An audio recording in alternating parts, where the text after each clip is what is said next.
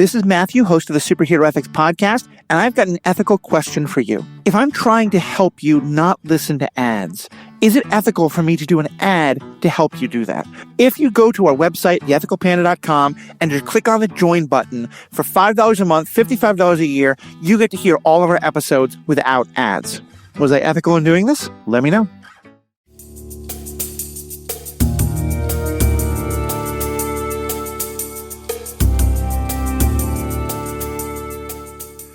Hello and welcome to this episode of Superhero Ethics.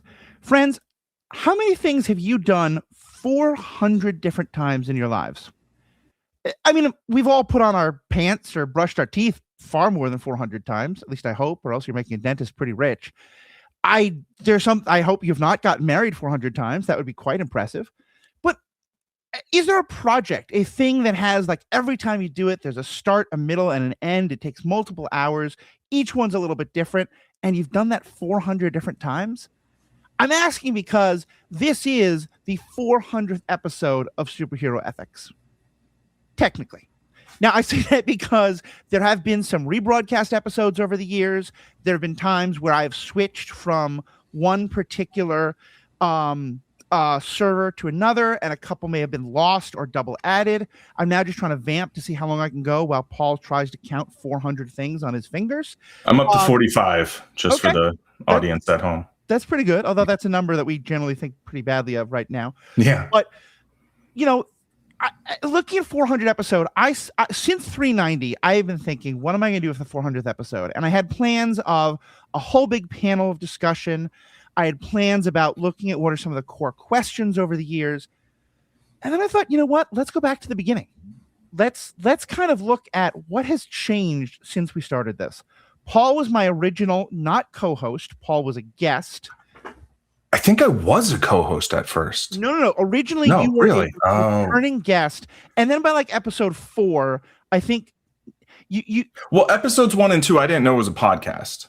That's true. You were like, we're just going to talk and I'll record it. I'm like, okay, sure, cool. Sounds good. I didn't know what a podcast really was either. I also didn't really know what speaking honestly to guests apparently was either. But either way, that has much more to do with Paul. We've come a long way. We've come a long way. The point being, I started this in 2016. And obviously a lot has changed since then. In terms of our nation, in terms of I'm up to 250, by the way, now. Okay, cool. Yeah. So what are you actually counting? Each episode. Huh? I'm counting the episodes. I'm What do you mean? Oh, okay. He's being a Muppet. Yeah. That's fine. Okay. Supergirl, and then this one. That makes 400. Okay, cool. Yeah. Cool. No, I totally remember every single episode. And you're right, there were some doubles in there, but then there's some that I think were missed. So, you know, it's well. My being impressed enough by Paul that I'm not quite sure when he's fucking with me, excuse me, is a bit done. I hope there's no fan fiction about us out there. That's not a part of our friendship. But anyway, the point being, in the 400 episodes we've done in those 8 years, a lot has changed for the two of us, for the way we approach things, for the way we approach this podcast, and I think in the fandom and the movies and media that we talk about. And so that's kind of what I wanted to talk about today. I wanted to talk about where we were when we started and sort of how we feel about this podcast project and the media that we are talking about and the media infrastructure in which we're talking about 400 episodes 8 years later. So 10 years later. 10 years later. I'm 2016.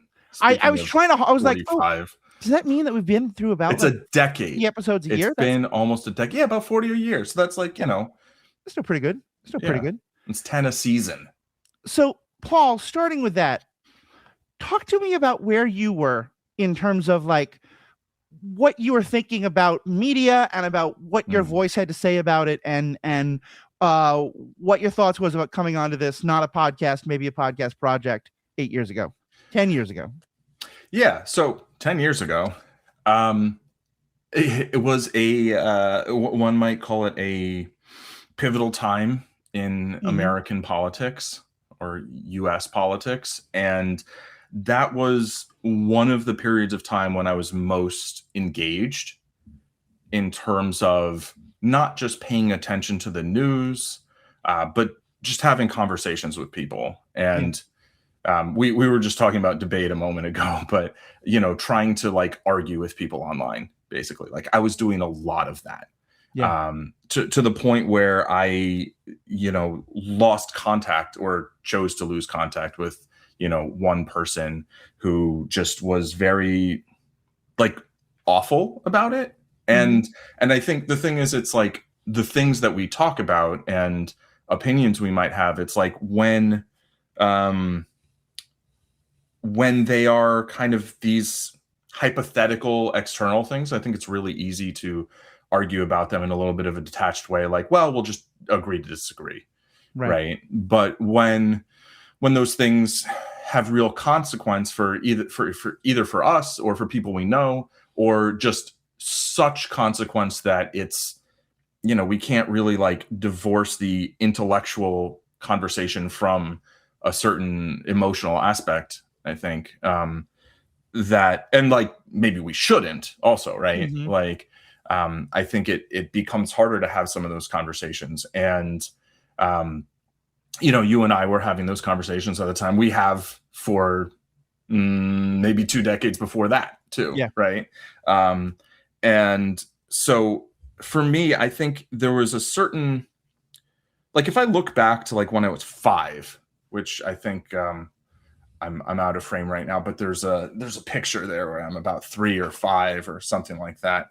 And I don't like, on a certain level, I feel like my core values haven't really changed like at all, basically.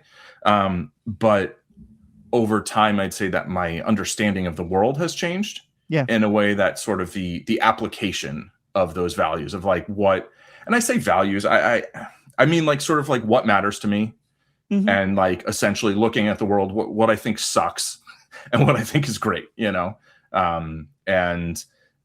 I think I've in the last decade lost a lot of hope for humanity, where I think back then I was more hopeful that like maybe people could take their better qualities and kind of work together in a way that those better qualities led to a better world for everybody.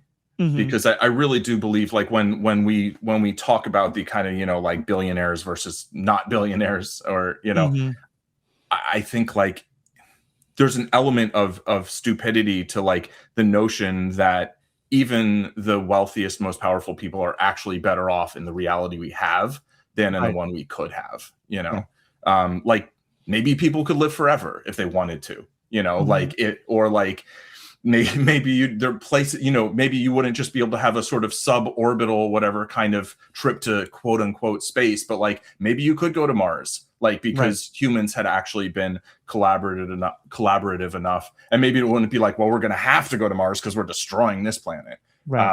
So just like thinking back to then, that felt like a time when there was like room to pivot and move in a direction that I would have found a lot better than looking back at like what's happened over the last decade. And it's like, it feels like not a lot of it's been good.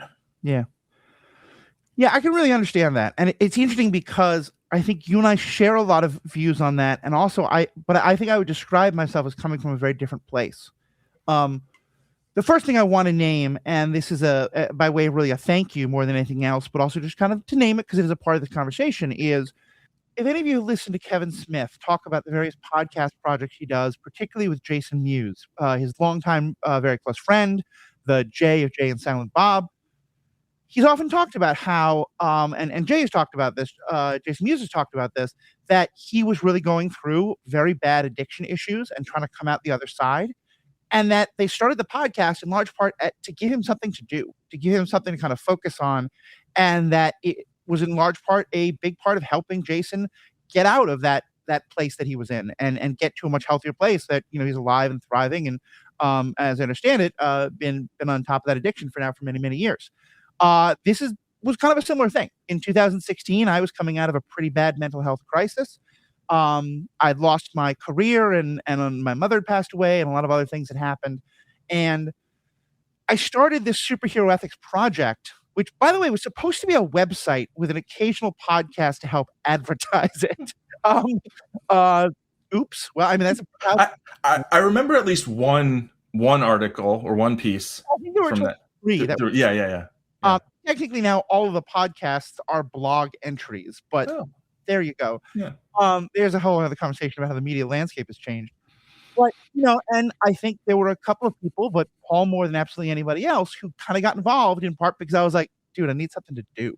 And for me, that is a lot of how this project started, was both just, I need something to focus on, so I'm not just thinking about all the shit in my life I've broken because of the fucked up things I've done, but also just like, I need a way to get my voice out there. And here's where I can start talking about this kind of stuff you were talking about. For me, I think in 2016, I was seeing a lot of what you were seeing. I was engaged in a lot of those debates, and I was getting incredibly frustrated with how much. And you and I had actually had a conversation just before we started online about how the term debate can often, is maybe something we shouldn't be so fond of as often, because like a debate where two people are fixed in their sides, they're just trying to convince other people, and they're not really listening to each other, that doesn't really help anything in a lot of ways. And I say that as someone who used to be very proud that I was a championship level debater in college and high school. And especially, the debates we were having during that year.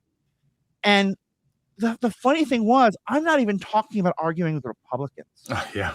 A lot of the worst debates that we were having was how do the Democrats fight against, what's happening in terms of Trump and all of the Sanders versus Clinton, and all of the, it was moderate Democrat versus leftist Democrat. It was, what's the role of misogyny in all this? What's the role of racism in all this? What's the role of, all these different things. And also just questions of who's being an idealist and who's being a pragmatist and what is the strategy. And it was just a whole bunch of people talking past each other. And that was also kind of a time when we talk a lot about superhero fatigue. That was not superhero fatigue. That was when a lot of these movies were coming out, and a lot of these movies were just the basis of a lot of conversation. And I remember sometime in the last couple of months before I started this project, I had a couple of conversations where just talking about what's happening in the world wasn't getting anywhere. But I was able to sort of use Star Wars or MCU or DC stuff as metaphors to talk to people. And I was finding that was getting through to people. And sometimes it was to just talk about base values. Sometimes it was to exactly talk about a thing. But it was connecting with people in ways that I hadn't. And I think for me, more than anything else, that was the impetus for this project, was the idea of, I no longer think that I am able to just say to people, hey, here's why you should care about the poor. Here's why that person who looks different from you, who acts different from you, and might make you a little uncomfortable, maybe sitting with that feeling of uncomfort and trying to find the shared humanity is actually better than just rejecting them because they're uncomfortable. Or maybe we could look at, why is it that we're locking up huge amounts of people, most of whom don't happen to look like us, the people who are in power, white, moderate men, et cetera, et cetera. And so I think more than anything else, that was really what kind of was the impetus for this, was like, how can we, especially because it felt like we talk about how like there's this huge push of superhero movies and Marvel and DC and all of them. We've always had those though. Like a big part of my childhood was the Tim Burton Batman movies. And before that, there was the Richard Donner Superman movies. And in between, there was all the various iterations of X-Men movies and Spider-Man movies. Like, we've had Superman movies and superhero movies long before Kevin Feige met Robert Downey Jr.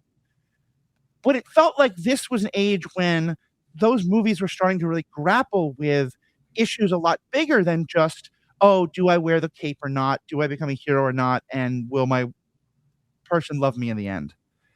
So I think that was kind of more than anything else what really was at the heart of starting this project, was this kind of media is asking these questions. Let's talk about them further. Mm-hmm. Yeah. Yeah. I mean, thinking back, I remember that period and basically being like, okay, this will be something fun to do with Matthew, who like Yeah. needs some fun stuff to do, Yeah. and a way that we can spend some time, Hmm. doing something that feels like we're, creating something, right? Well, that is literally doing that. But then also, yeah, I totally agree, and I feel that just trying to express an opinion kind of out of context, or talking Hmm. about things in kind of broad political terms, I think hits a lot differently than when when you see um Sam Wilson getting harassed by cops, even though he's Falcon. Like, Right. it's like, And to be clear, that you're not talking about the character that Sam Wilson plays. We're talking about the fact that like Sam Wilson himself, literally the actor, got harassed by cops a couple times. that no, that's I was talking about Falcon and the Winter Soldier. Oh, never mind. Okay. Yeah, No. yeah. Right. Yeah, I mean, if No, there's just start that another point Anthony again. Mackie Sorry. no, it's okay. No, we can keep going. Okay, that's fine. Yeah, That's fine. okay. And yeah, and I mean, obviously these things happen in real life as well, Hmm. right? Yeah. um and sometimes, but I think seeing things reflected in fiction sometimes is easier for it's easier to talk about sometimes, Yeah. because in a way it's like it's less real because it's literally just made up, but Yeah. it's also can feel more real because, like, when you look at a news story that's like just using someone's name, you're like, I don't know, okay, Yeah. whoever that is, right? But then you see someone eating breakfast in a film, and it's like, well, Right. I know that character, right? I know Yeah. that person. Like, I think it's easy to feel like um, fictional characters more Hmm. than real people, because you get to see a part of their lives that you Right. don't get to see most people. Although, now I know all sorts of celebrities and whatever people are trying to share all Hmm. bits of their life with other Yeah. people, and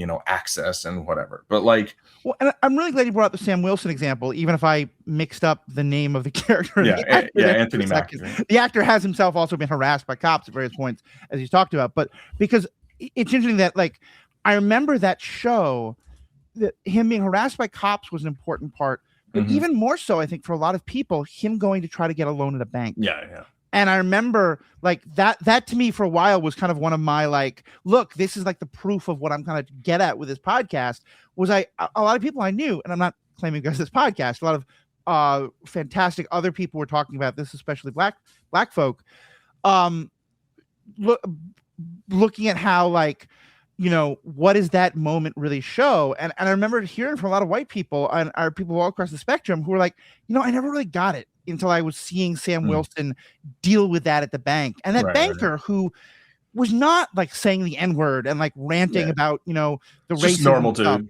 Yeah, a normal dude That's the who point. clearly liked Sam Wilson Yeah, and thought Sam Wilson was pretty damn cool, but also had racial bias that they Mhm. probably weren't aware of, but that was playing out in their making it harder for Sam Wilson to get a bank loan and like fix his institutional fishing boat. bias, right? It's Yeah. like more than just the individual. It's not like a personal bigotry. It's like this Yeah. deep, baked in Right. issue. And I think in some ways, I'm really glad you made that pivot, because I think that's so true, and it's why it's so needed, because I think, like, show me a cop who says the N-word while he hurts somebody. Like, that's a very clear, obvious thing to see. Yeah, and pro-cop people are going to be like, that guy sucks. That's the bad apple. Get rid of them, and then everything's fine. Exactly. Whereas if I say, show me the institutional bias of racism built into policing ever since they were slave catchers 150 years ago, or 100, whatever, I'm bad at math. Yeah, a little more. But yeah, 160, 70. Yeah. That's a lot harder to show.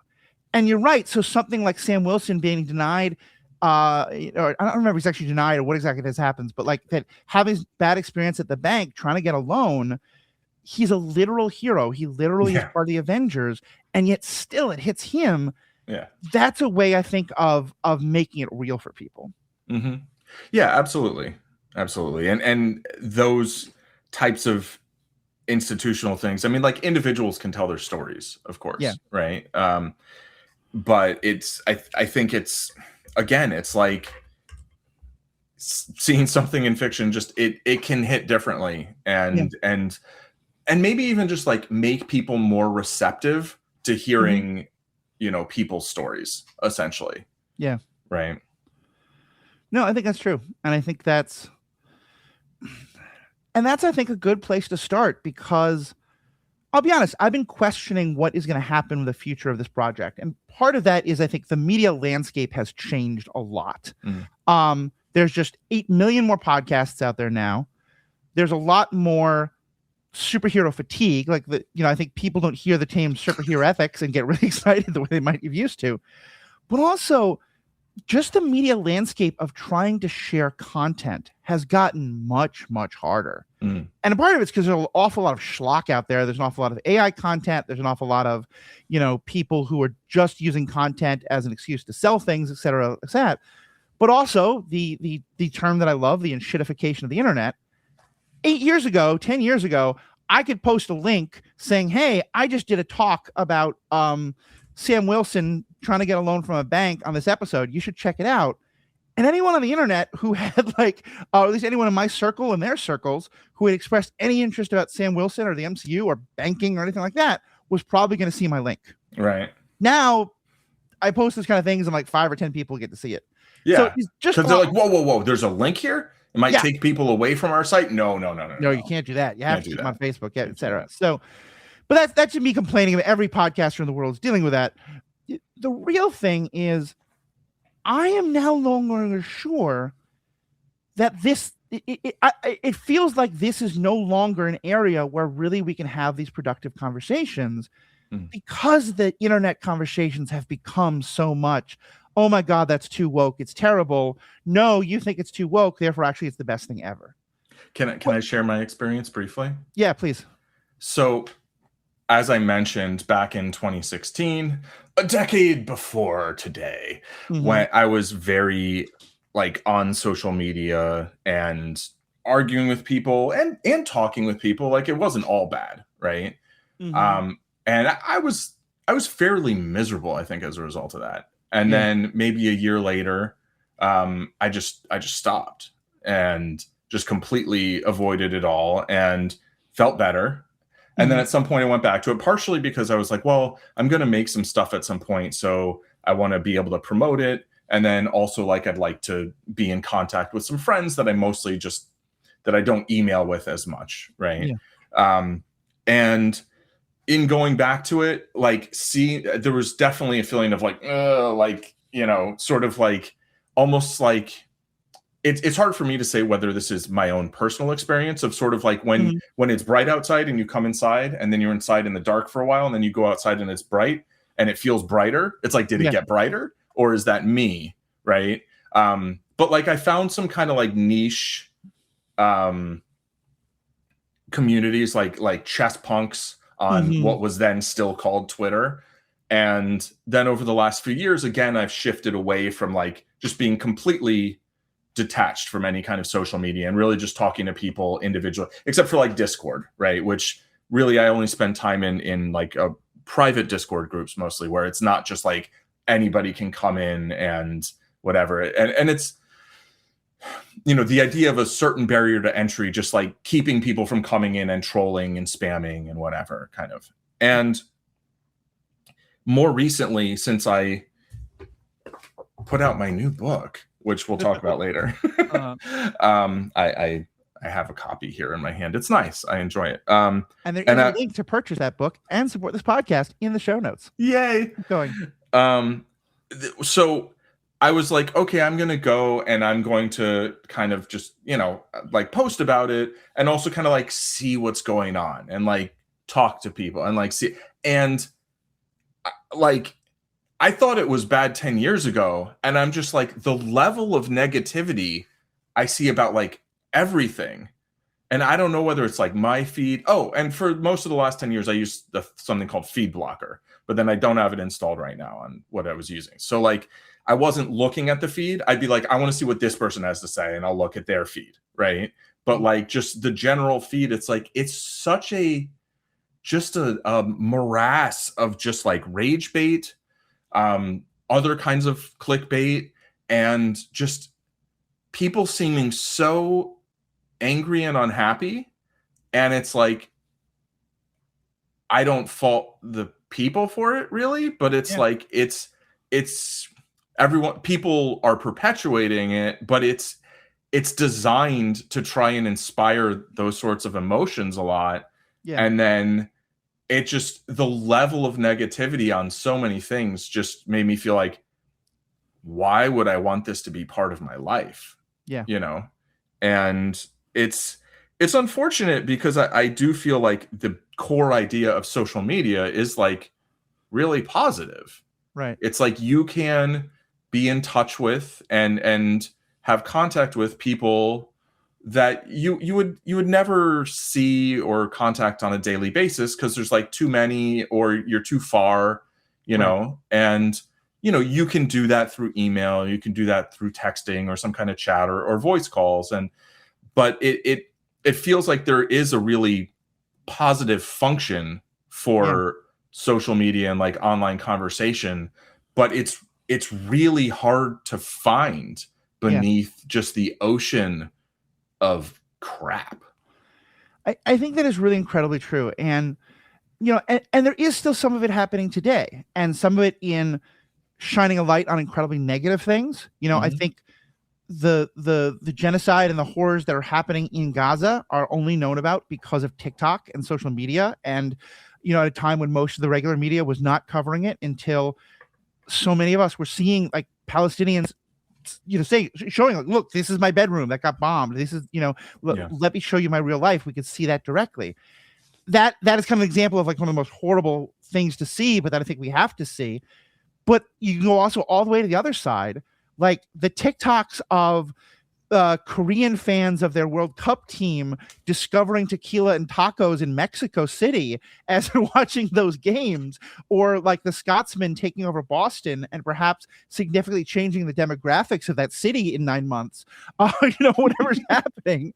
You know, those are fantastic. And I feel like we still get that kind of moments. But what we used to have is, it used to be that two random people talking about the Superman movie or something they saw on the Daily Show or whatever, I might see what, like, you know, Joanne said to Bob and think, oh, that's kind of cool. I'm going to jump into that conversation. Yeah. And we were arrogant enough, and I think, but with some real things, I think, you know, and so if you and I talk back and forth on Twitter, someone else might see that and have some positive response.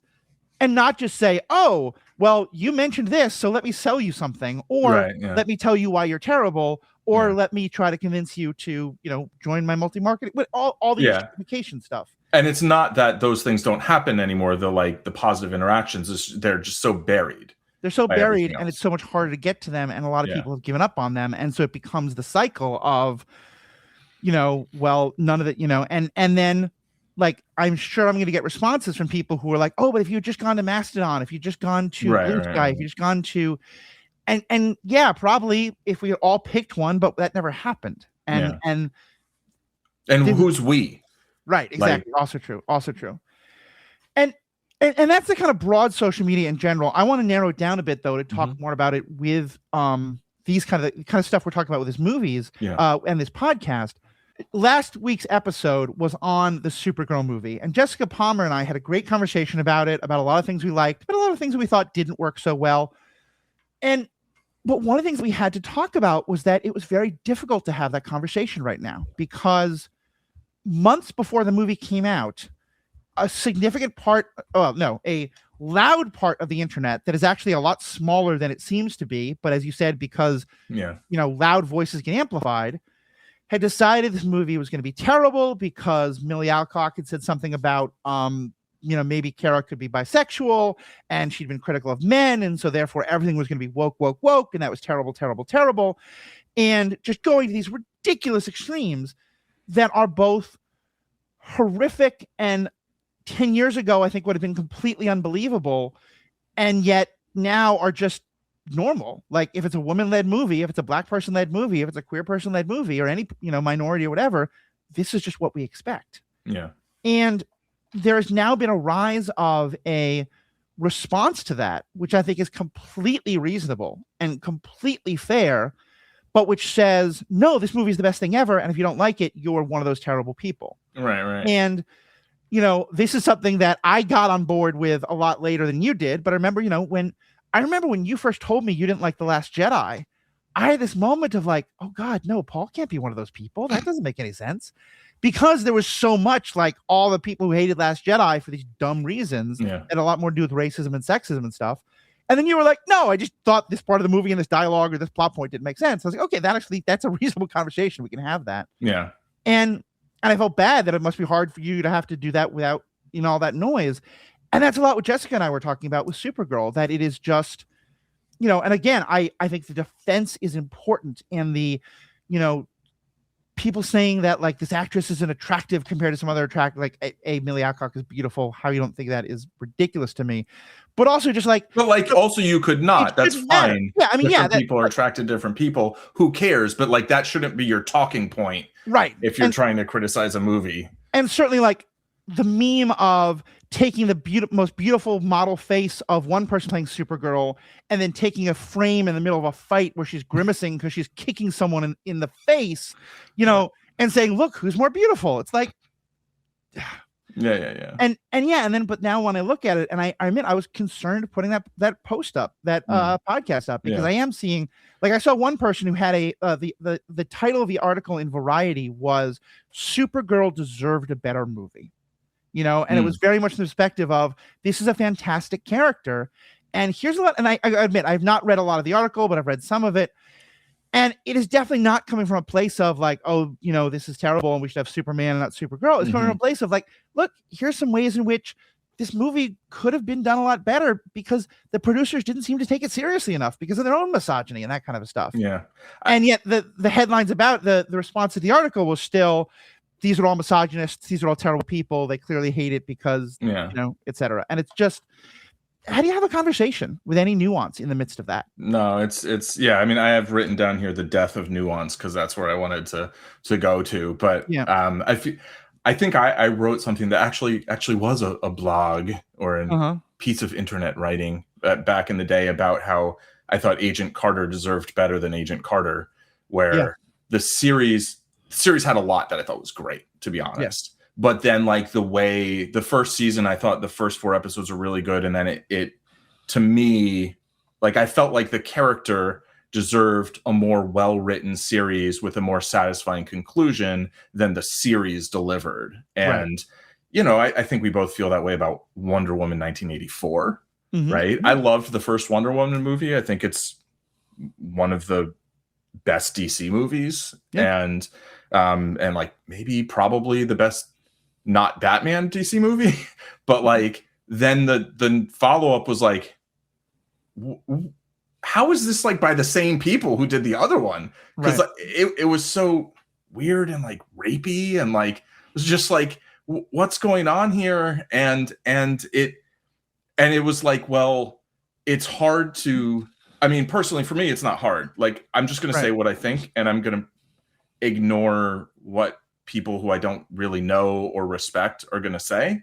And that's not like a lack of respect for anybody else. It's like, I don't know you. I don't like, I'm personally not into that conversation. Like that's not, I want to talk to people whose like opinions I already know I want to hear. Right. Yeah. And then I'll disagree or I'll agree or whatever. And we'll have a conversation, not a debate, but a conversation. But like with that movie, it's like, I don't know, but I can imagine there was a whole lot of like, anti-feminist and misogynist, like probably anti-Latino, like because of like Pedro Pascal and whatever. And it's like there are actually a lot of movies or whatever that I'm like, I don't really want to spend a lot of time tearing this down and criticizing it because there's people already doing that for like really bad reasons. Yeah. Or reasons that I disagree with. And so like, it kind of doesn't need any additional whatever, but like, but if you ask me in my opinion, I'll be like, yeah, I don't think it's cool that like, Steve Trevor like possessed some dude's body and then, bang, and then Wonder Woman's like banging this guy who like, she doesn't know, he's not there. Like Right. what's that? And then it felt like very anti like Middle Eastern as well, which is interesting because like one of the writers like part like Lebanese, I think, and I was just like, what are we doing here? Well, and that also And raises another issue, which is that, uh, um, you know, since the making of those movies, and maybe some of this was more available like when it was coming out, but certainly a lot more in the most recent years, in part because we're paying a lot more attention to it because of Gaza. sure. Gal Gadot is someone who has a lot of Yeah. opinions that and I think a lot of other people find deeply problematic. And I'm not going to say she's on like J.K. Rowling level in terms of like using the influence that she has to spread hate and terribleness, but is on the spectrum to an extent that I am not comfortable. I'm not probably going to pay money to see another project that Gal Gadot is in. Sure. Yeah. And I think, though, that there's a part of the conversation that therefore wants me to go back and say, oh, when I thought Gal Gadot actually made a pretty good Wonder Woman, even though she's not the right, she's a lot more like, I mean, she's not small, but she's more like svelte instead of like bulky, the way that, Wonder Woman traditionally has been. But I still thought in that movie, she was a pretty damn good Wonder Woman. Yeah. I now know a lot of terrible things about her that make me not want to support projects she's in going forward. But that doesn't make me go back and say, you know what, actually, I'm wrong. I'm going to hunt through this movie and say, oh, her facial expression at this moment, oh, she's actually bad acting. Yeah. And I think that's often where the conversation is supposed to go. Yeah. And I think that is also another part that is, and part of it's because we now know a lot more about these actors and what they have to say. And I let me actually use that to actually ask you, because I think that's been a topic that you and I've often, I think, been a lot bigger on the how I'm going to feel about different kinds of, not how I feel about the art itself, but how I feel about whether I want to support it or not, has a lot to do with how those artists are using their platforms to express different opinions and stuff. But for you, I know, like, I mean, obviously we're talking about this, it's not something you are indifferent to. Where does that kind of play, and how has that changed for you in the last 8 years, 10 years? I really want to think 2016 was 8 years ago. It really was. No, it's 2026. Yeah. The good thing is that means 2028 sooner, right? Maybe. I don't know. So has it changed for me? I don't think it's changed. I think I've always been very comfortable just not supporting things that I don't want to support, like, and cutting things out of my life that, I'm just like, I don't need that. I don't want to put my money there. But yeah, I mean, like, in terms of like, I really don't want to know much about actors. Like, I really don't. And like, if I do, it's like, sometimes if it's like good, it's like, okay, that's a nice story, like stories about like Keanu Reeves, or like listening to like Matt Damon tell stories, like he tells them really well, like there's exceptions, but like by and large, or like Anthony Stewart Head, which I think you did an episode on.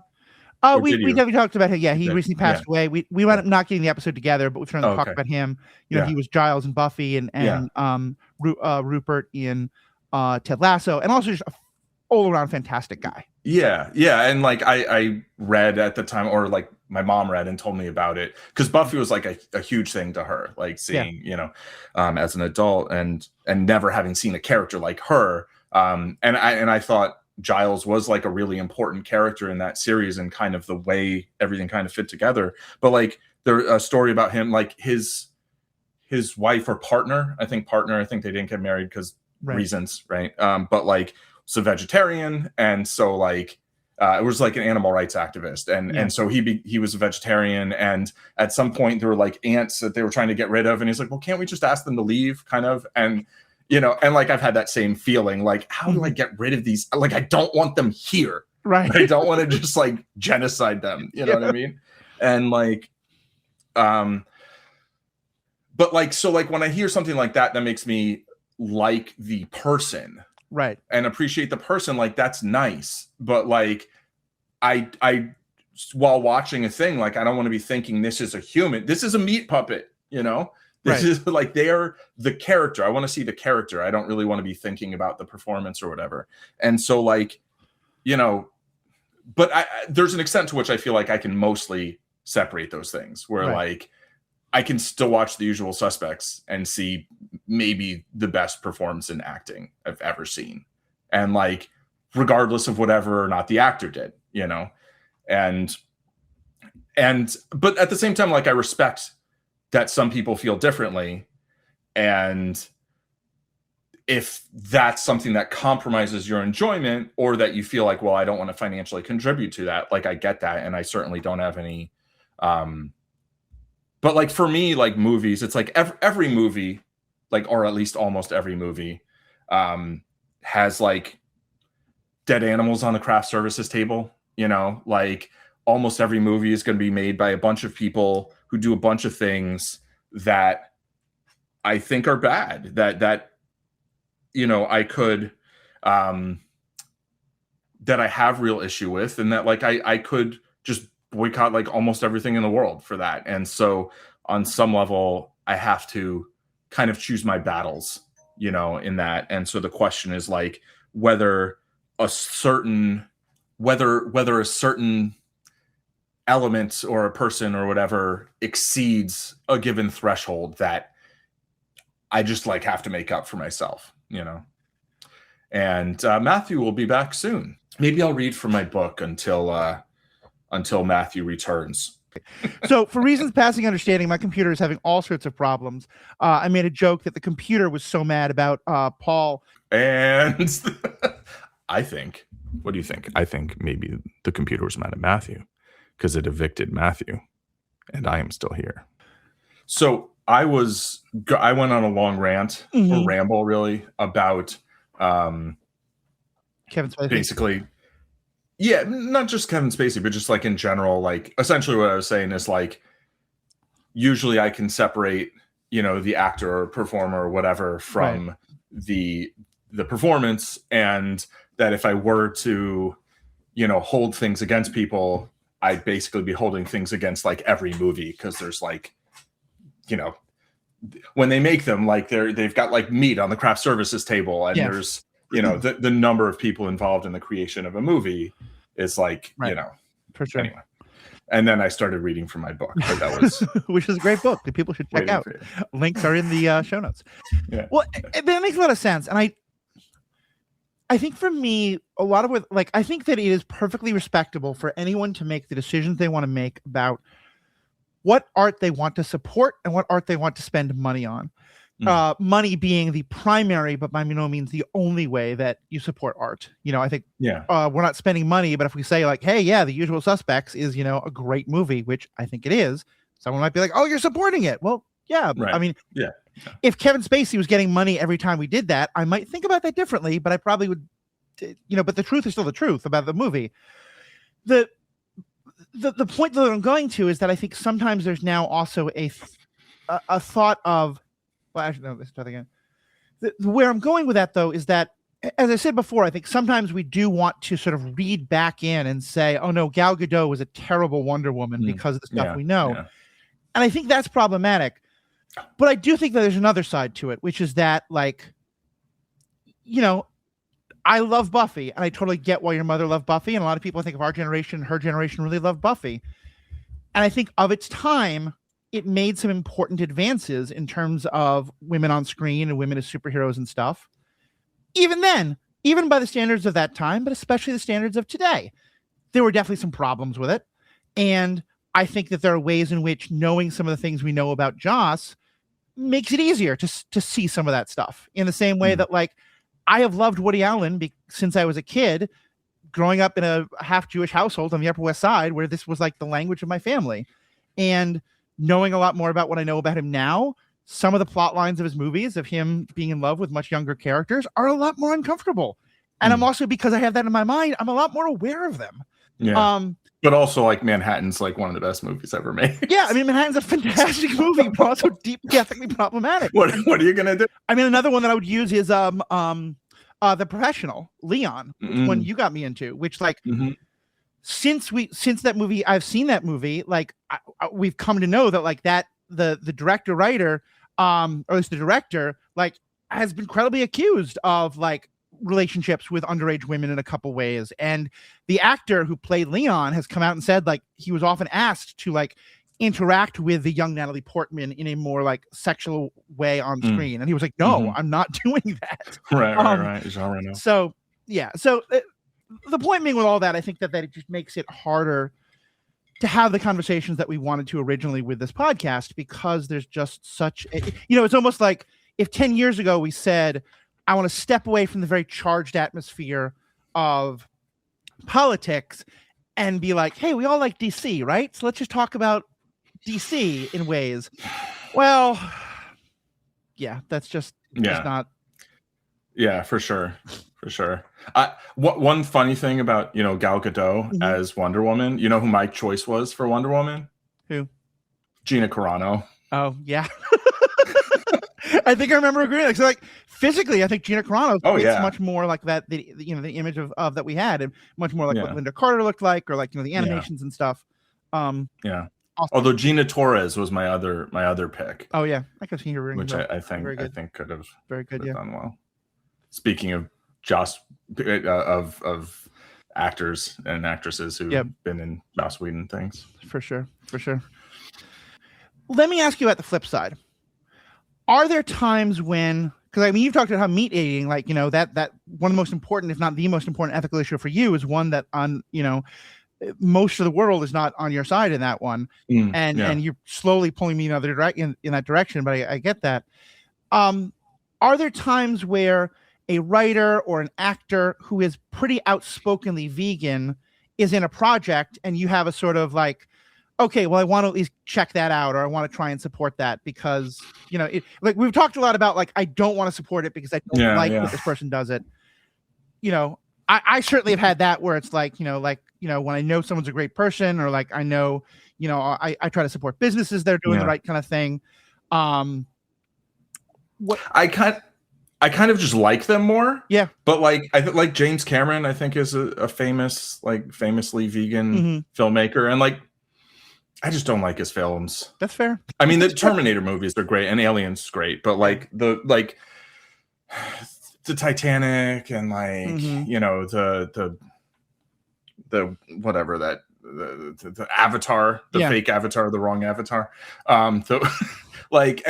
And I'm not saying like they're bad, but just like they feel to me like they're like big for the purpose of being big in a bit. But then I'm sort of like, well, there's things I like about him. But then again, there's like I think like Jeff Bezos is dietarily vegan, but I feel like you can't really call yourself vegan if you own Whole Foods. Right. And you know what I mean? It's like, I'm like, a lot of meat, yeah.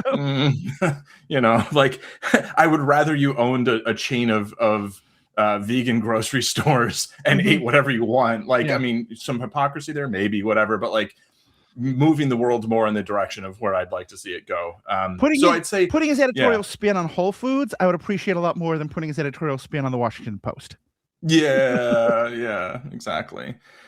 So I can't say that I'm often like moved to like, I want to actively like support such and such media because of the people behind it.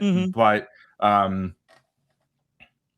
I do feel like more fondness kind of.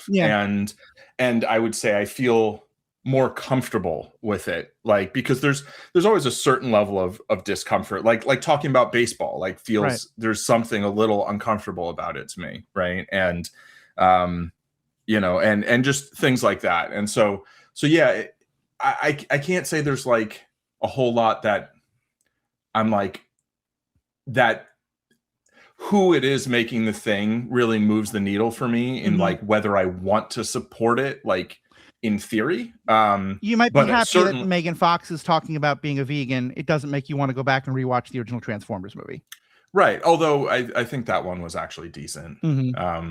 Although, Michael Bay is another director who seems to make things big for the sake of making them big, but they definitely went downhill pretty quickly there.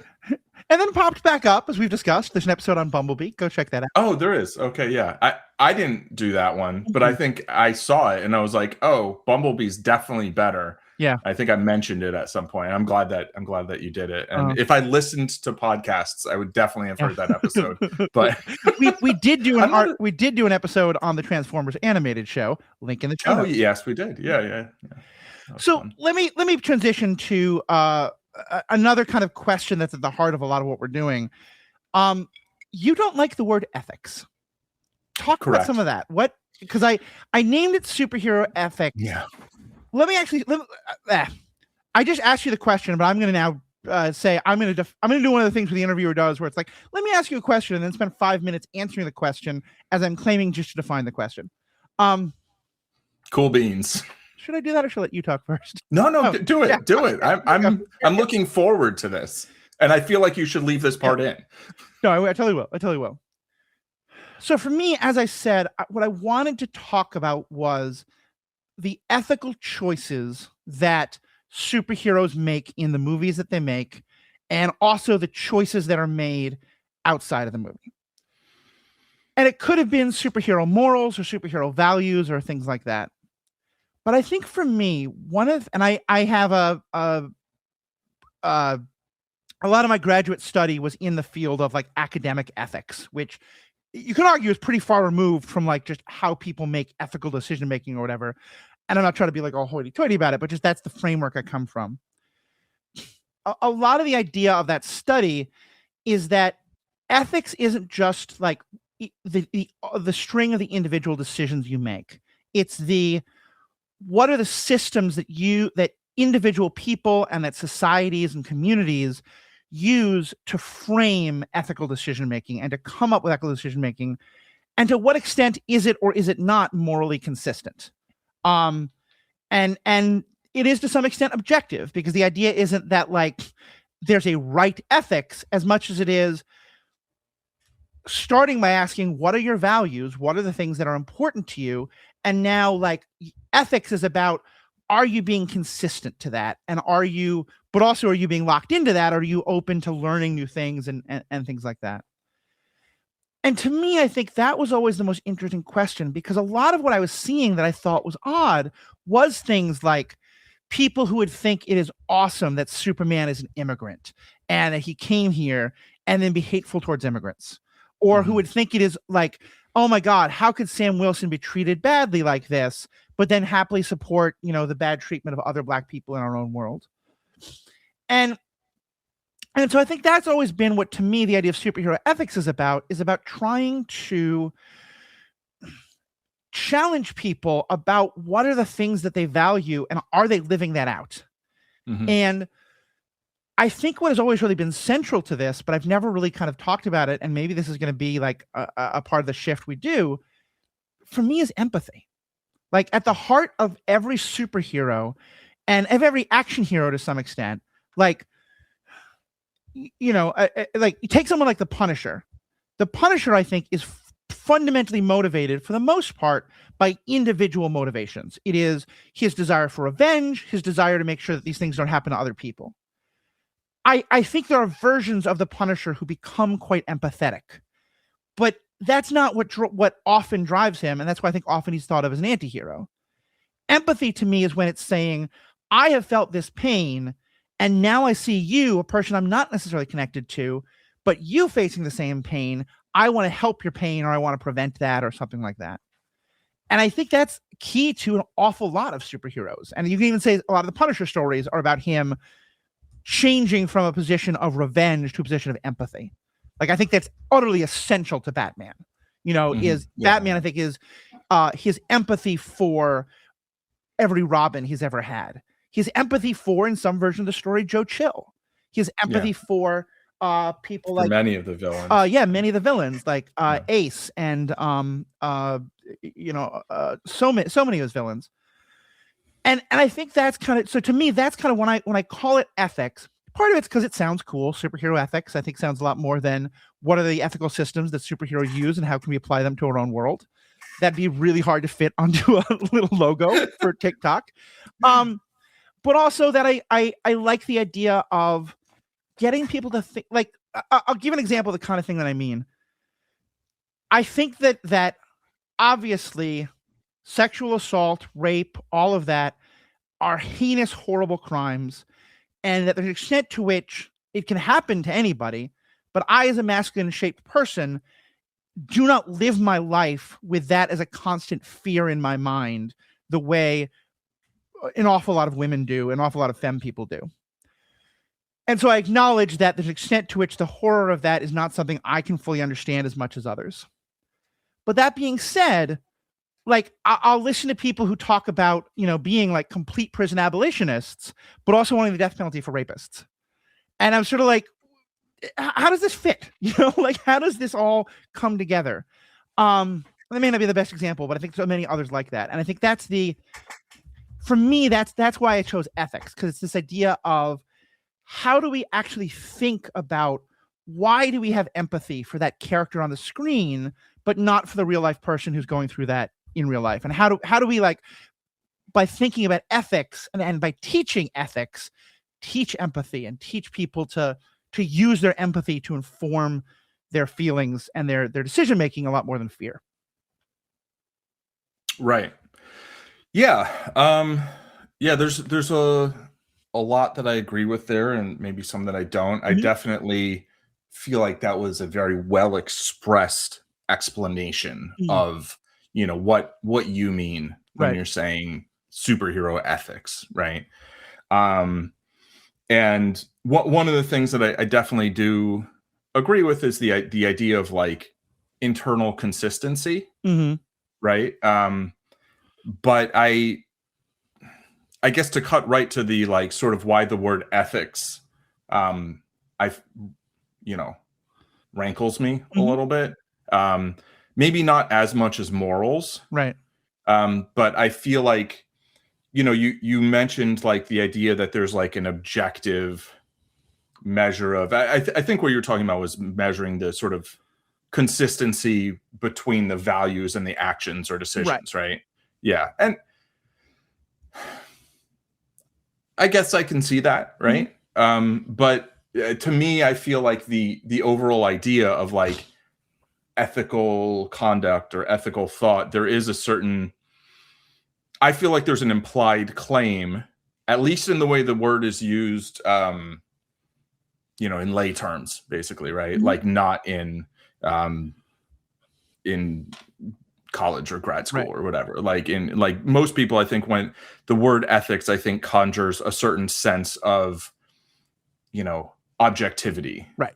The idea that it is derived from your own personal sense of values is by no means universal, and I would say is a fairly minority position in terms of how most people think about that term. Fully agree. Yeah. And so I had a friend in my brief time in college who was an objectivist and was all, it's all about trying to prove kind of this is what's right and this is why it's right because A equals A and this and that. And, all this stuff. And, I read The Fountainhead and whatever. And it was kind of like, And it's funny because the whole thing like actually really resonated with me a lot of the conclusions, but then it was like, and then this, and I was like, oh, no. Yeah. No. And I've met a number of other people who, kind of espouse that philosophy or like libertarianism with a capital L. And for me, I eventually kind of came to the conclusion that, I'd say I regard myself as a subjectivist, and to the point where like I know what I value, what I think is important, but also like I don't feel any need to formalize that, and I feel like there's an extent to which formalizing it would be kind of nonsensical in a way where, where like I can express that something does matter to me, right? Something is important to me, but that like kind of like putting it out in bullet points to me would in a large way miss the point. And and so in terms of like, the application of values to decisions and to, views on things, I've always felt like I always just trust myself to make that assessment within the context of whatever kind of the question is. Right. And I think there's an element of formalizing things that I think can inhibit that. I think, and it's not that you can't do it. I'm going to make a poker comparison briefly. Because like in poker, we're often like trying to kind of come up with heuristics of like, this is generally true. Usually do this in these circumstances. And then there will be like exceptions, like unless this, unless this, unless this. But and like you can do pretty well by just following good ones if you have good ones, right? But on some level, in order to like really play great, you need to be able to reason independently and not have these general guidelines be like front and center, right? For me, the general guidelines are like, barring a reason to do something to the contrary, I'm going to do this thing.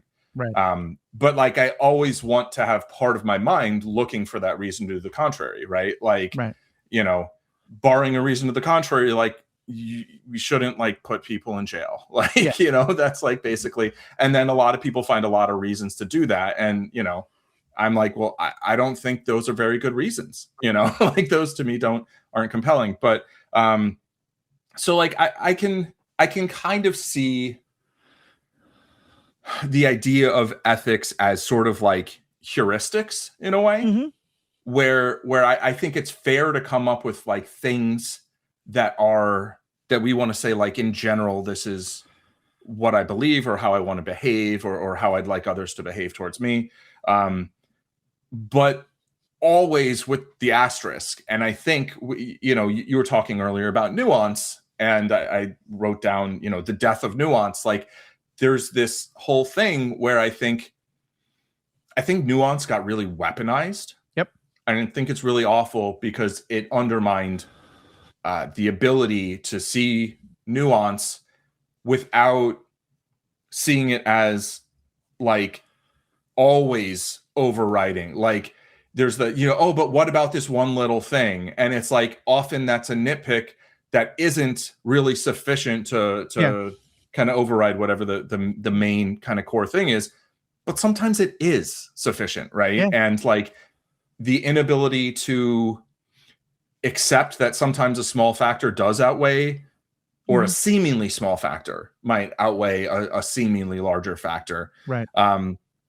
And, you know, I feel like now kind of like awash in all these like very hypothetical whatever, you know, and the thing that I really like about this show, about talking about things this way, is I feel like because we're talking about a given story, there's always the ability to be concrete, right? And so like when we did the whole Team Cap, Team Tony thing, for me, it was not like, oh, everybody should always have unrestricted, you know, ability to do whatever they want anywhere. But to me, it was always like, if there's going to be a governing body trying to rein in these super powerful beings, like, that's not it. Yeah. You know, and so I do think in that concrete discussion, it was fair to be like, okay, but it's unreasonable for Steve Rogers to be like, yeah, but I'm just going to throw out all of that idea. But also it's like, he'd literally just agreed to work for he worked for the United States government during World War II. And then he got cut off, and then he came back, and it's like, had to learn about like, you know, nuclear bombing of you know, Hiroshima and Nagasaki, and learn about the Vietnam War and like all these awful things that the United States military and government had done over that time, and kind of be like, okay, what's going on here? And he's like, okay, I'll work for Nick Fury and SHIELD and whatever. Oh, they're Hydra. Yeah. Spoilers for Captain America: The Winter Soldier. Well, which, by the way, I'm currently talking about every week on Marvel Movie Minute. Yeah, that was my little set there. There's like 8 things I want to jump in with there. I'm going to build backwards from the end. First is that, like, I kind of said it off the cuff, but actually I'm really wrestling with this thought of empathy versus fear as something that I think is a lot of because I think it's actually a lens I now want to think about a lot more about Civil War, MCU Civil War, because for me, that's a lot of what it's about, is that I think both Tony and Steve are acting out of incredibly legitimate fear that is making them have trouble understanding the validity of the other side. Absolutely. And that's actually in itself, I think it's something we talk about a lot, like a lot of supervillains, is out of a fear. In terms of what you said about nuance, I know this wasn't your favorite movie, but one of my favorites, but I think you like this scene as much as I do, though tell me if I'm wrong. I really love the David Corenswet Superman movie. And one of my absolute favorite scenes is when Superman and Lois Lane are talking about should he have gone and intervened in this conflict that's clearly supposed to be like a Ukraine/Gaza kind of situation. And she is raising incredibly relevant, incredibly legitimate questions about what does it mean when an American who's a superhero and kind of not an American, but sort of is, like intervenes in the foreign policy of these other nations. And also not just that because he's an American or he's not an American because he has all these powers. Like there's a lot of nuance that she's raising that I think are fair questions. And he just keeps saying, but people are dying. Right. Yeah. And that's what I kept thinking of when you were saying that thing about like the nuance is important, but sometimes like that one value, you know, and I love that scene because I think they're both right. And I think that kind of highlights for me that conflict of being too nuanced or too just ignoring nuance. Both can be problematic. Yeah. Yeah. I mean, I think they both have fair points there. I don't remember how much I liked or didn't like the scene. There were definitely things I liked in the movie and things I didn't, whatever, who cares? But but just like I was very much on his side of like, yeah, people were going to die and then I made them not die. Right. You deal with the fallout of that. Right. I don't care. I'm here to save lives. That's it. You know, and that's fair. And that, you know, to me, that's like being consistent with his own values, I guess, whether you want to call that ethics or whatever. You know, there's once upon a time I tweeted the very simple thought that like made a lot of sense to me, which was basically just like, I don't know why I'm describing this as a tweet, but I just remember actually expressing it that way. Like that, you know, my only loyalty is to my own conscience. And to circle back to the like Steve Toney thing, like I think Steve Rogers was absolutely right that he doesn't need oversight from like the US or UN government. Right. Like I think he's someone who can just follow his values and make reasonable decisions. And you can say, oh, but they're a US based group, whatever. They're not really exactly just that, right? Right. But like Tony was very right that he needed oversight. Like, you know what I mean? And so like I think they're both seeing it from their own perspective. And I mean, that's why the movie and that whole phase of the MCU, I really did think was quite brilliant, was just that over the course of like a bunch of movies, those two characters basically like cross the streams, essentially. And in a way that just made perfect sense for their characters. And that's what I always want to see in fiction is just like characters moving in a way that's like, it feels like what else could have possibly happened but what happened. And maybe that's also part of why this project now feels very different is because we're not in that era of movie making. And you can say that that's in part because there's fatigue, but also because I think it's a lot harder to make a nuanced moral movie today because we're in such a different stage with that kind of stuff. But I also want to go back to kind of what you were saying about the idea of the ethics in general, because I think you helped me realize that I actually just want to take a concept I have in one part of my life and apply it to a lot of others. I have often said, and this has been a thing that I have in my head that I honestly can't remember if I came up with this myself or if I heard this from a professor at seminary or something like that. But I used to say that I heard that from a professor. I've come to realize that sometimes I would say that about things that I thought as a way to kind of like make it seem, which is idiotic of me, a lot of mental stuff. Anyway, I don't remember who said this first, but that I think religion is at its best when it asks hard questions, is at its worst when it gives easy answers. And I think you could say, I think everything you said about ethics is the whole point of that. You know, and I point to the fact that like in the Gospels, but this is also true of a lot of other religious systems, people come to Jesus and ask him hard questions, and his response is to tell a story. That's what the parables were. And that was what a lot of rabbis at the time did. You could say a lot of Buddhist texts are like that. A lot, you know, the point is never, I'm going to give you the answer. It's, I'm going to help you sit with the questions so you can come to your own answer. And to me, again, that's what ethics should be. Ethics, if the end of ethics is to say, okay, human life has value in this way, but not in this way, and therefore this value, that's Right. that's garbage. And actually, I would say that a lot of supervillains that we've seen over the years, both in real life, but especially in media, are ones who have a fairly rigid ethical system and aren't willing to find the compromises and to find the things that fit in the middle of it and stuff like that. Yeah. So actually, I really like the way your pushback, I think, gives me a much better framing of that. Like, if I'm going to talk about ethics, and maybe that's the wrong term, I'm not sure yet, but that the point to me is not to say, if you're a Superman fan, you have to think this. And if you liked Civil War, you have to think this. It's to say, these movies are asking hard questions, or maybe should be asking hard questions, and they're not. Sure. Or the way they were made asks hard questions. And we want to talk about that and let you see how we come to our answers in the hope that you think about it more. Because I think more than anything, I just want people thinking more. I just want people not just saying, oh my God, that lightning shot at his hands was so cool. And it may be, but like, these are people choosing when and when not to use violence. And that should make us think. Yeah, and what to do with their unlimited power. Yeah. If the lightning shoot. And for me, I feel like I always, this kind of gets back to the debate thing too, that we were talking about a little bit, that I want people to agree with me. Yeah.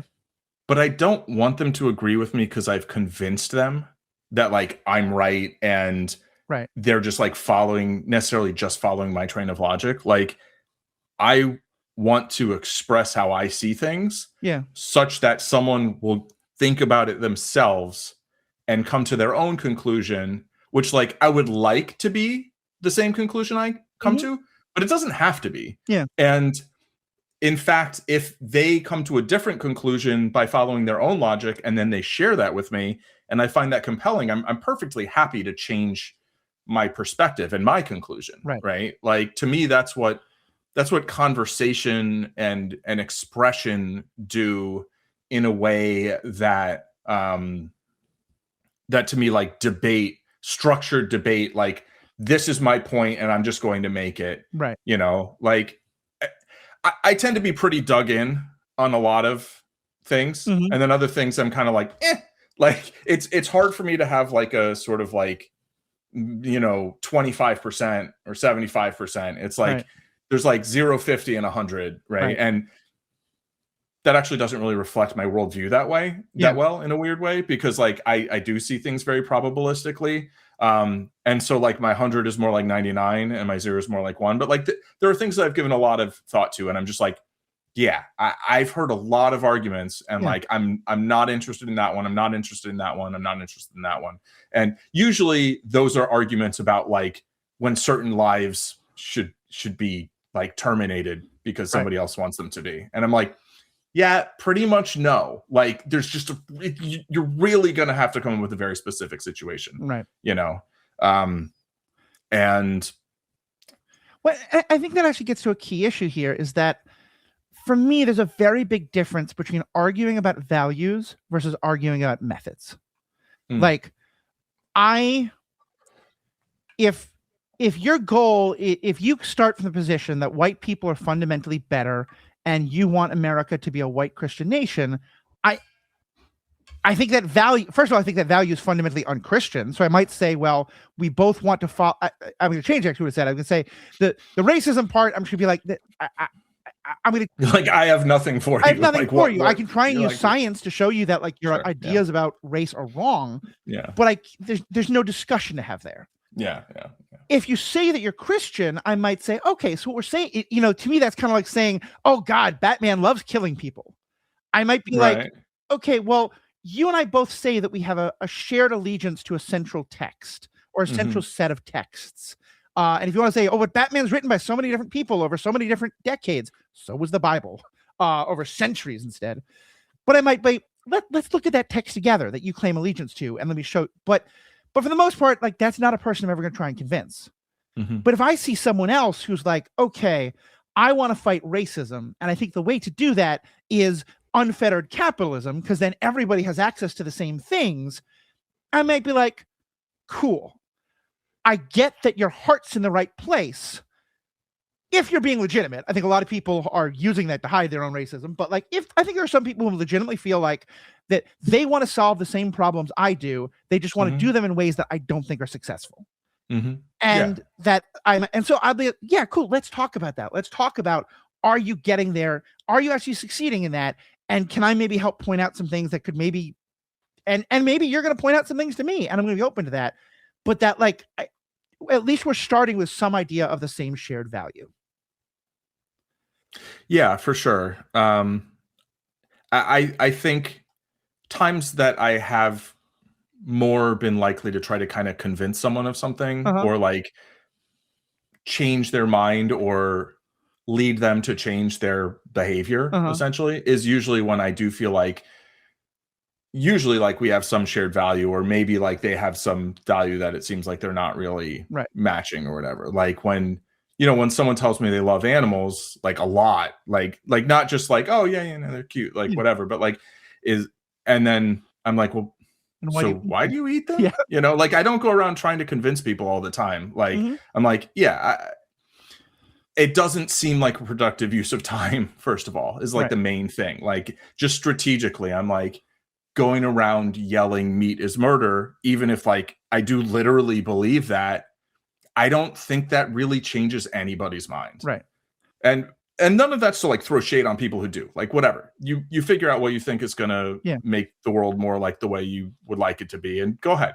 You know, but like for me, it's like if I know somebody who I know is like super into animal, and this happened at least once, and you know, that was 20 some years ago, and that person's a vegetarian and has been since then, because they were like, oh yeah, that doesn't actually match like what I really believe. And it's, you know, a lot of people do a lot of things kind of reflexively, because that's, you know, you're brought up a certain way, your parents put food in front of you and you're just used to it and you don't really question it. So like, to me, it's like, I at least want people to like ask themselves questions, you know, and then like you come to your conclusions, and you do what you do. And it's funny because to me, what you just talked about there, of wanting people to realize that they're not always living out their values, and there are things that, because they just haven't actually questioned them, that's exactly what that is to me, ethics. That's to me what I'm thinking of that kind of questioning process. Yeah. And I'll say that values is a word I've been using. Yeah. But it's your word. Kind of, is what I'd say. And like, I don't think it's a bad word, but kind of the thing I was saying earlier about like sort of anti-formalization and whatever, like that's kind of, that's still sort of where I'm coming from in terms of that. But that's sort of like where I can meet you in with the language that you're using. Right. I can see that. And I will say that I know the person you're talking about the person who's now a vegetarian. I know there are other people who have become either vegan or vegetarian through your life. And I would say actually that I think of myself as someone who, you have had a fundamental impact on how I relate to animals in terms of meat and clothing and stuff like that. I'm not a vegan. I'm not a vegetarian. I today eat significantly less meat than when we started talking about this. And I now, for the most part, mostly only eat meat that comes from ethically raised, not corporate capitalism, you know, mass industrial farming kind of things. And in part, it's because I think when we and granted, I think you never pushed this on me. I had a curiosity and I asked you about it, but you're always welcome to talk about it and willing to call me out sometimes when I would say things that seemed like I was being very principled, and you're like, but you eat animals, you know? And like, and like the term like ethically raised, like that almost like explains why the word ethics, like, you know, gives me a little bit of, I'm like, yeah, no, and that's fair. And I think, but let me actually explain the values there. That for me, if you start from the value of animal life and human life are of an equivalent moral value, I'm just not there. And maybe that is an ethical or moral failing on my part. Maybe it's something that as I spend more time immersing myself in the issue, that will change. But that is not a value that I hold. I do, though, hold a value of cruelty to any living thing is bad and not something I want to do in any way, shape, or form. Yeah. I also have a very different view of death than I think a lot of people do, in which I do think that, like, I'm not scared. Like, I think physician-assisted suicide, for anybody who wants it, is something that's very core to me on a lot of values, and a fundamental shift in the way we think about people wanting to end their life. PSA, of course, if you are thinking about that, please contact someone. Like, I'm not saying, please don't say this is an endorsement for that.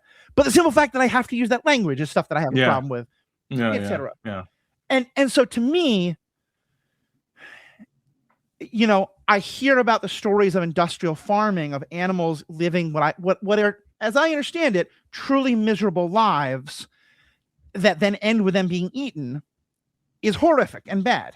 Well, they end with them being killed. And they're with them not being eaten killed till and later. then eaten. Yes. Hopefully. I mean, yeah. To my mind, again, probably because I just don't hold that same value of animal life, the animal living a significantly happier life that still ends with it being killed and eaten is, to me, significantly better. Mm-hmm. And I get why, to someone who, you know, you might be like, well, if you told me that about people, like that there was a whole bunch of people who we were planning to kill and like melt down for their resources, but some were being treated better than others, I'd be like, what the fuck is wrong with you? You're still killing people. And so I get why that but and so that's kind of, and I'm trying not to be defensive here, but to explain instead the kind of the moral thinking. That's not the idea of thinking about the hypocrisy of it and the cruelty of it, and just looking like a lot of it. What you didn't tell me all of that. You got me to think about it and got me to be curious about it. That caused me to do a lot of my own research, and that caused me to actually look at, wait a minute, actually, how much is this, you know, the happy thing that I think it is, and it's not, and how much things like that. And so yeah, so to me, I think obviously I'm not at a place where I think that where I'm not vegetarian, I'm not vegan. I think I eat significantly less meat, and I eat different kinds of meat that I think is better for animals in general. And that is very much due to your influence in that regard. So I think that to me, that's what I'm highlighting as a successful instance of what you're talking about, sharing those values, even if our core values behind it are not the same. Yeah, for sure. And I think sometimes the most important thing is just to ask the question, and then the answer ends up being what it is. Right. I think I won't run on a long tangent about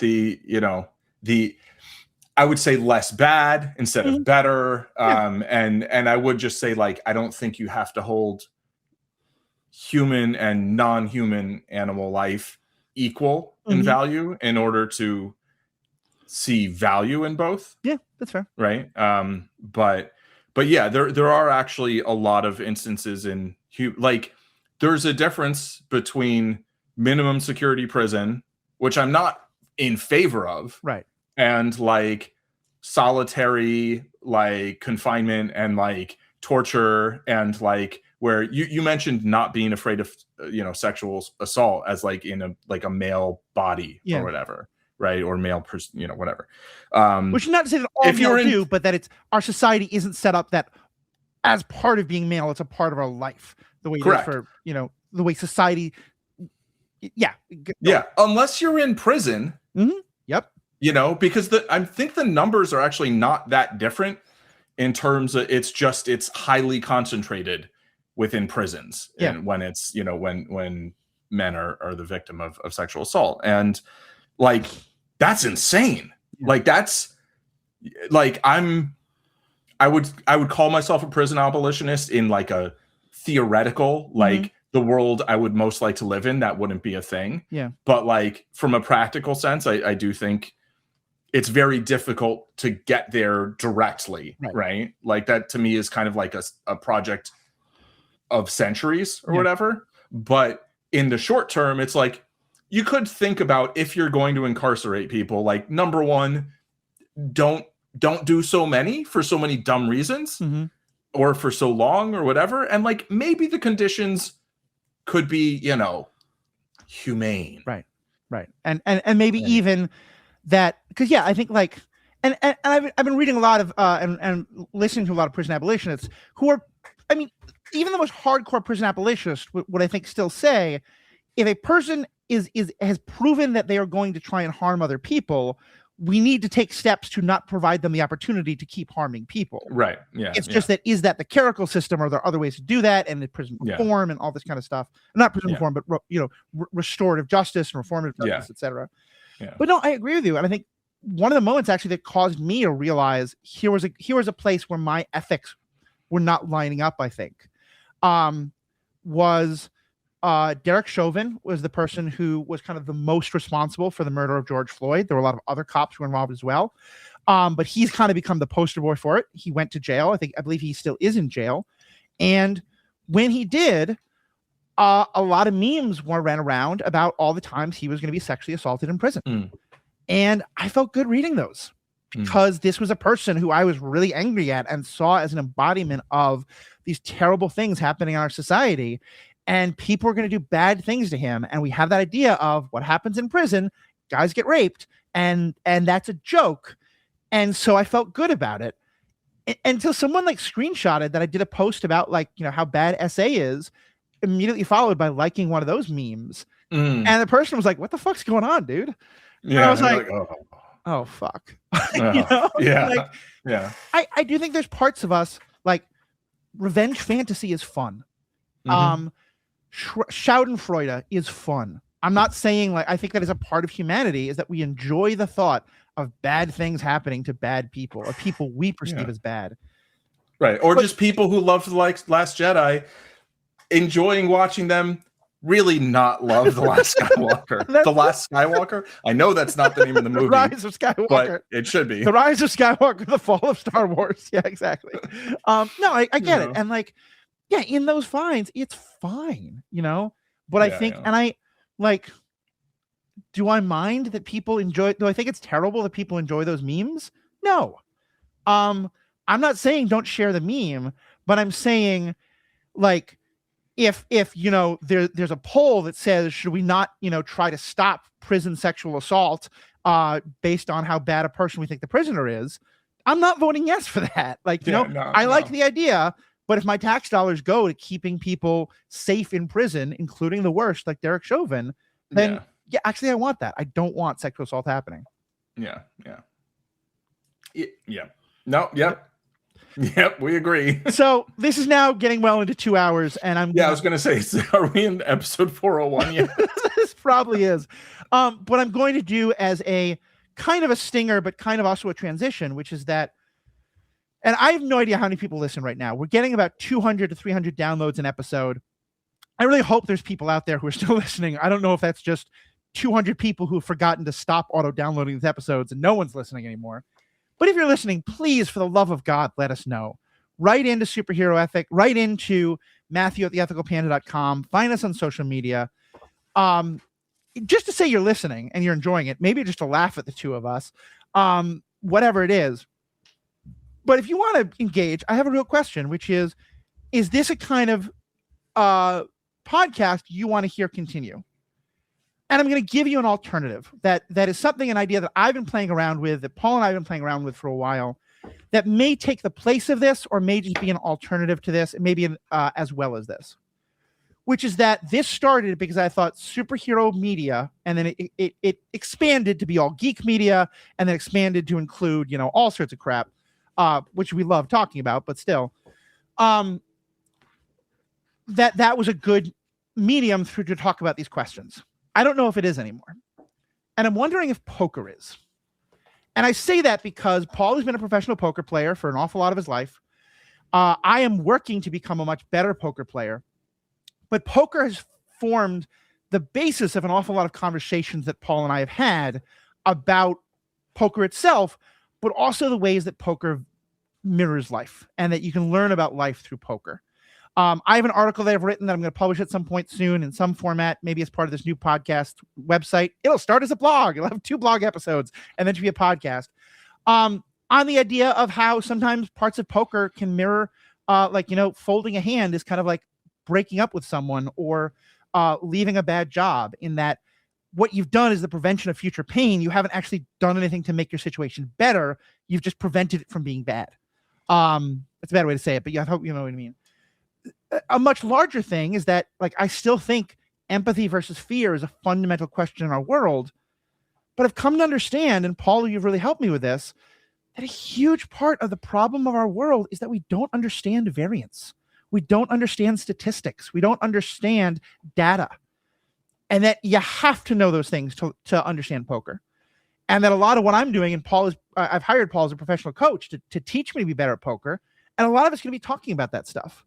And, so a lot of this new podcast we might be starting is going to be about, okay, so what does that mean? And that's everything from, the statistics about like an election or about like how many illegal aliens have done. I don't think anyone is illegal. Like people are people, like they might have done illegal things, but borders are dumb. Anyway, the point being that like when someone gives you a statistic about like this many people or doing this many things, what does that actually mean? And how do we misunderstand that? That's kind of a new project that we're exploring that we may well be launching pretty soon. That may replace this. That may be something just in addition to this. Cool. I'm excited for that. But also I just wanted to say, Nobody's Listening is a great episode of Andor. So yeah, very you true. should also watch that. Very yeah. true. One Way Out. Yeah. One Way Out. I think honestly, one of the things that has affected and shaped my worldview the most is poker, not so much just the game itself and the kind of player to player psychology and interaction, but just kind of understanding randomness and understanding chance and having to be in a situation of trying to kind of suss out like how much of your results are your own doing and how much of them are just things that have happened. Right. And I think by and large, people tend to either vastly overestimate their control over outcomes, or alternately, sometimes just blame everything on chance and external factors. And because I think it's kind of hard to accept the middle ground of like, you have influence over a great many things and you have a significant amount of influence, but influence is not control. Right. And so like basically understanding that like when you make, good decisions, you're essentially just shifting the spectrum of possible outcomes in a favorable way. And when you make bad decisions, you're shifting those outcomes in a negative way. Right. And I mean, this can be things from like financial decisions to, as you said, like personal decisions, like relationships or what kind of jobs you want, or like smoking or not smoking or drinking, or like when you drive, or like all sorts of different decisions. Because you can make a terrible decision and have a good result, and you can make a great decision and have a bad result. Right. I mean, and just to use one example of that, that poker helped me with a lot. If we do this project, I'm going to have a lot to say about mental health, because I think one of the things that poker can really highlight is how quickly our brains want to form patterns. And so like, if you might lose a hand in a particular way a couple of times in a row, and so it becomes this narrative and you stop remembering all the times that didn't happen. And I think depression on some level is fundamentally about your brain telling you narratives about actually all these people don't like you. Actually, you're really bad at your job. All those things. Every psychiatrist in the room or psychologist is about to write me an angry email. I'm not saying that's all it is. I'm saying that that's a way of understanding a lot of it. But I'll give you an example. And I think this kind of speaks to what you're talking about. When I was the most depressed and I was driving to work, there'd be times where it just felt like I hit every red light. And that was, I had a feeling for a while that like the universe was out to get me, and it really felt that way. Now, was it randomness that sometimes I was hitting a lot of red lights and other times I wasn't, and I just wasn't thinking about those? Yes. So we had randomness, we had cognitive dissonance. Confirmation bias. Yeah, thank you. Yeah. But also, if I left 10 minutes earlier, it wouldn't matter how many red lights I hit. I get to work on time easier. So like you'd have to run really bad if you left 10 minutes earlier. That was actually, honestly, that was my first thought. But and that's my whole point is that like you can both acknowledge that the randomness is random and is sometimes going to screw you and sometimes not, and therefore not think too much one or the other. But you can also say, oh, you know what? Given the randomness, why don't I plan based on the randomness not working out so that I either show up early or on time instead of on time or late? Yeah, there's a saying in, I'm not sure what industry. I mean, it's definitely used in like the gig, like performance industry. to get there early is on time and showing up on time is late. Yeah.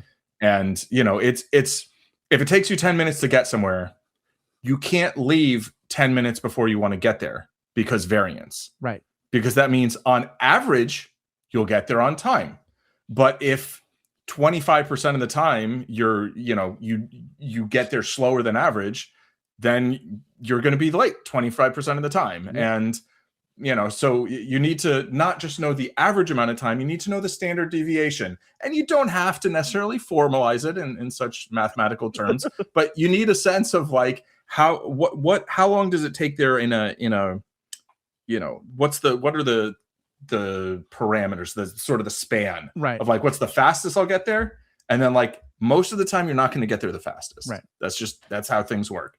And the farther it is, the more variance there probably is along the way. Yeah. All right. We can go for hours and hours on this topic, which is why we're probably going to start a podcast about it. So, but not only are we starting a podcast about it, part of why we're doing that as well is that Paul has had all these poker thoughts in his head for a very long time. Paul has written some books already, but is now starting to write more. And you can not only buy them in general, but you can buy them through this through The Ethical Panda. Links are in the show notes. Some money will come back to me. Some money will go to Paul, and you will get great books. And if you're watching on YouTube right now, or on this thing is going to go on TikTok, Paul's holding them up. Paul, tell us about the books. Right. So the main book, the first book I've published in 10 years, like high content, full book, is called Zen Madman's Friday Night is My Monday Morning, Volume 1. Very snappy title, I know. It is a collection of the first 24 entries of my newsletter, wherein I talk about poker and my journey of attempting to win a house in 1001 days, which is called Betting the House on Poker, which is a little snappier title, but I'm kind of worried that one will get flagged by algorithms and be like, oh, we can't show this to people. Yeah. So, warning, don't bet your house at home, yes. I guess. And so yeah, basically I assembled those newsletters along with a bunch of detailed hand analyses that, if you're really into poker, you can read. And if you're not so into poker, you can probably skip over those parts and read the other parts, which have analogies to like baseball and chess and martial arts and music. Mm-hmm. And death and taxes, I think, are in there too. Mm-hmm. I cover a lot of topics that aren't just poker related, because kind of poker touches a lot of different areas, and there's a lot of kind of analogies we can draw. So yeah, if you want to pay less for the ebook and support the podcast, you can use the affiliate link in the description for zenmadman.com, where you can get the PDF of this and other books mm-hmm. that I have there, PDF versions. But if you'd rather have a paperback or a hardcover that you can hold in your hand, or a Kindle version, and you want some of your money to go towards Jeff Bezos's yacht fuel, then they are available on Amazon, and there will be affiliate links in the description as well. So that'll also support the podcast, right? Yeah. Maybe I could have spared the thing about Jeff Bezos's yacht fuel, but I don't know. I think, it felt right. Part of what the whole ethical discussion is also about is that there's no way to live no one is out there living their values 100%, because we live in a deeply morally value compromised world. And in this case, like, often I would be like, actually, don't go to Bezos, go to this other book thing. But as I understand it, like Amazon, basically, you haven't published 1,000 copies of the book that you're going to sell. It's that it's every time someone, every time someone buys it through Bezos, through Amazon, they print it. So it's yeah. And if a book gets very popular, then I could have a number printed or use another print on demand service. Uh-huh. But it's the sad truth is that, like, Amazon's just really the most straightforward way to get your work out there. And, this kind of speaks a little bit to there are a lot of people doing, pretty much everybody does some things that are like pretty good in my view anyway, and some things that are pretty bad. Yeah. And, a company like Amazon is so big that the magnitude of each of those things is actually quite large, and so, ultimately, make your own decisions after you give things thought, ask the questions you want to ask. So we've been saying that. We've said that now 400 times, possibly 401, depending on how long this episode is being. Perhaps. But with that, I think we're going to sign off. Thank you all so much for listening. Paul, thank you so much for being a guest. And this was kind of implied, but didn't specifically say, thank you for being on a podcast that saved my life, because you were on it for an awful long time. It kept me alive, quite literally. And honestly, one of the best mental health days of my life was when you were like, yeah, I'm out. I want to do more poker stuff, because it was kind of like, yeah, I don't need this anymore. I just like it. So, Paul, thank you for that. All you listeners, thank you so much. Please write in if you're still listening. Just let us know you're here. We sometimes feel like the stand-up comics on stage, or at least I do, and like the audience is dead quiet, and like, but you keep buying tickets. Like 200 people keep downloading this episode, sometimes 300. Is that just bots doing it? Are people there? Let us know. Thank you so much. I would just close with the most important words that have been shared by someone from the fair city that the two of us come from. My bagels are Jewish. My mayor is Muslim. The Pope's on our side. Nixon fine.